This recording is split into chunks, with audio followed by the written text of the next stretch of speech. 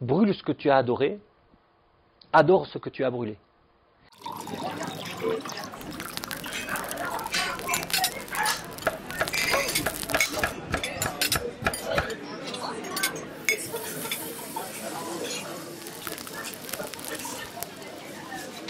J'ai essayé de faire la découpe en maintenant la volaille sur une fourchette.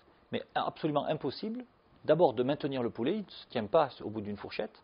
Et deuxièmement, il est impossible de couper les ailes ou les cuisses.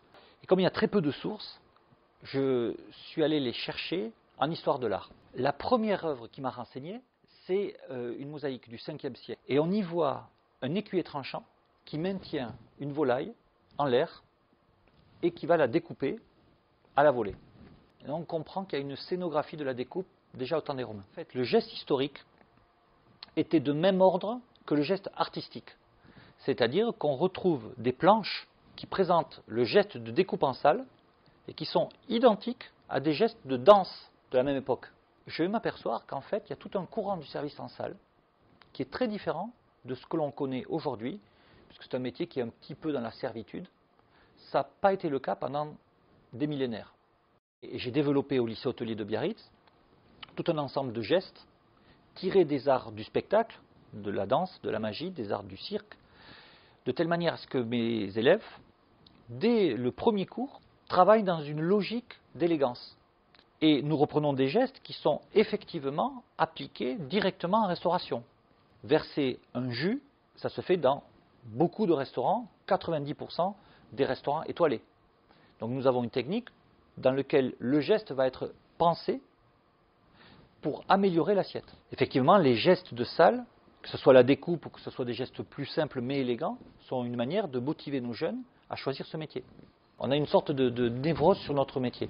Et en fait, il faut qu'on obtienne un concours professionnel pour avoir l'autorisation de créer. Tant que tu n'es pas MOF dans les métiers de la salle, toute création est suspicieuse.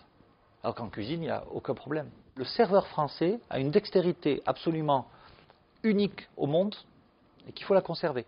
Parce que le client va être très attentif. Et je suis toujours étonné de voir des clients qui vont se lever du bout de la salle et qui vont venir filmer avec leur téléphone portable un geste qu'ils ont vu il y a peut-être 30 ans. Parce que sinon, on va se faire dépasser, et on se fait dépasser dans les concours professionnels. Et l'évêque qui baptise Clovis dit une phrase absolument énigmatique. C'est « brûle ce que tu as adoré, adore ce que tu as brûlé ». Et je trouve que c'est exactement ça, nous les Français.